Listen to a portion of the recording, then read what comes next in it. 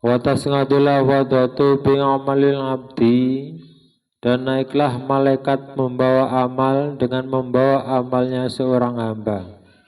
Min salatin wa zakatin wa siyamin wa hajin wa umratin wa hulukin hasanin wa sumtin wa dzikri lillahi ta'ala. Ini amalnya banyak ini. Dari amal sholat, zakat, puasa, haji, umroh, budi pekerti yang baik, zikir kepada Allah. Fatusabi'uhu malaikatu samawati sab'i, dan mengiringilah amal tersebut malaikat dari 7 langit. Hatta yaqta'u bihil ujubu, hatta yaqta'u bihil hujubu kullaha, sampai terbukalah hijab antara dia dengan Allah Subhanahu wa ta'ala.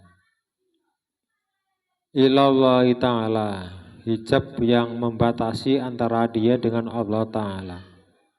Fayaqifuna baina yadaihi, maka semua amal itu beserta malaikatnya duduk tersimpuh di hadapan Allah Subhanahu wa ta'ala. Yasaduna lahu bil amali sholih, maka malaikat semuanya bersaksi kalau itu amal yang bagus. Al-mulisi, yang ikhlas, lillahi ta'ala, karena Allah ta'ala.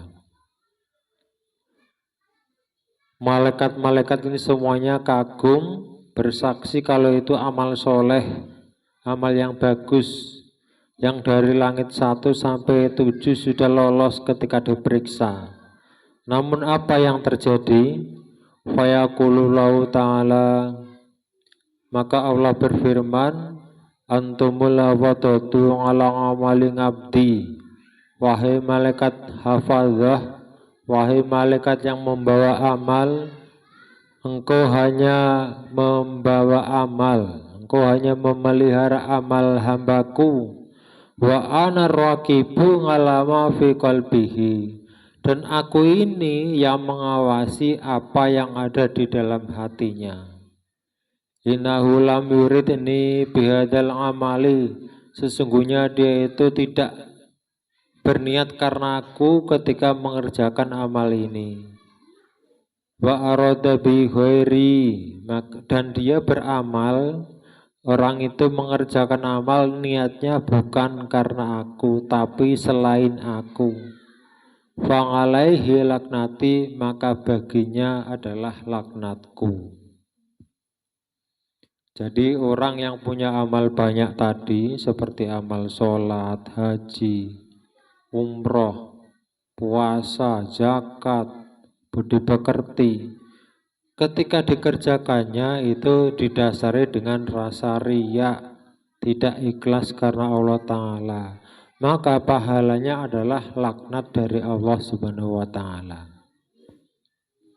Fayaqulul malaikatu, maka malaikat pun berkata, Fayaqulul malaikatu kulluha, maka semua malaikat berkata, ngalaihi laknatuka wala na'atuna, dia itu mendapat laknatmu wahai Tuhan, maka dia pun mendapat laknat dari kami semua.